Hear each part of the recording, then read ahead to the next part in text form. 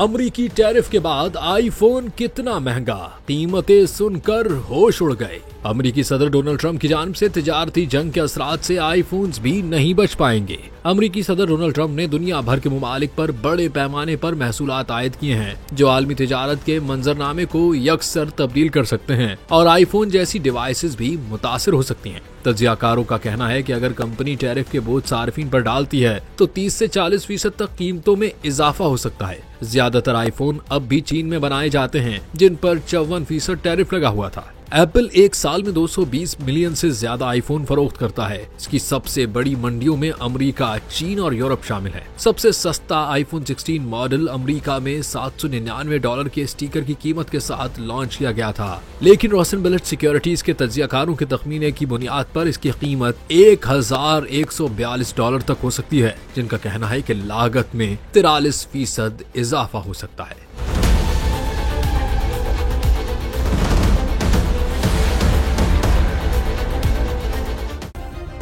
Subscribe करें और bell दबाएं ताकि कोई खबर रह न जाए।